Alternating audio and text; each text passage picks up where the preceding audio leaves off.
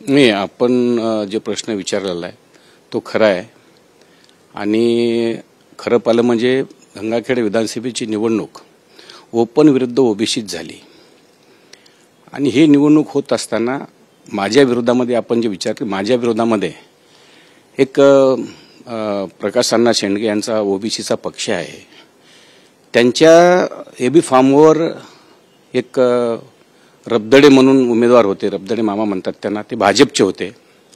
भाजपमधनं म्हणजे भाजपमधून सोडून गेले आणि तिकडनं त्यांना खरं पाहिलं म्हणजे वंचितचं तिकीट घ्यायचं होतं. वंचितमध्ये त्यांनी प्रवेश केला, पण वंचितमध्ये प्रवेश केल्याच्या नंतर त्यांना वंचितचं तिकीट मिळालं नाही. वंचितचं तिकीट गंधाटे यांना मिळालं, जे 15 वर्षापासून आमदार वगैरे होते त्यांना मिळालं.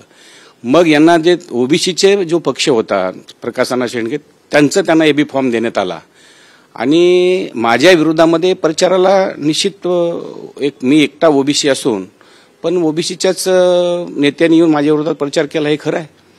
पण एकीकडे ओबीसी एकीची वार्ता करायची, त्यासाठी संघटन काढायचं, ओबीसी संघटन आहे त्यांच्या नावाचं, पण ओबीसी समाजाचाच माणसाचा विरोध म्हणजे ह्याला कसं काय म्हणायचं?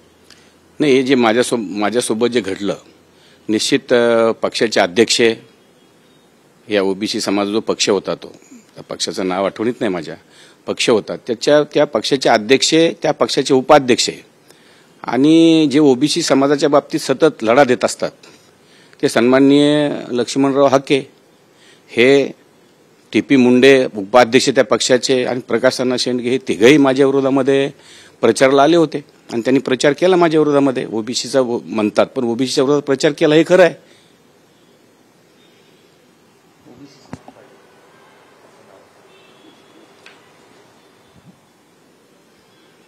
पक्षाचे नाव ओबीसी समाज पार्टी असं आहे, तर ओबीसी समाजासाठी पक्ष काढलेला गेला आणि ओबीसी समाजाच्याच व्यक्तीचा विरोध नाही, हे केला, निश्चित केला, पण हे नेतेच माझ्या विरोधात होते.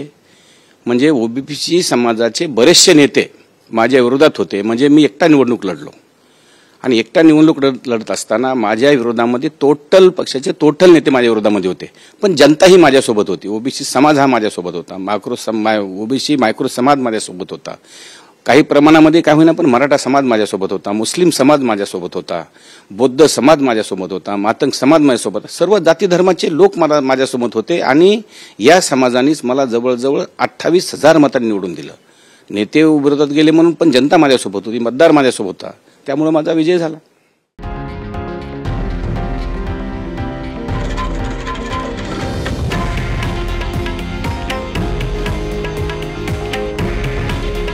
हे आहे देशातील नंबर 1 न्यूज नेटवर्क आणि आपण पाहत आहात TV9 मराठी. काळजी तुमची, हित महाराष्ट्राचं.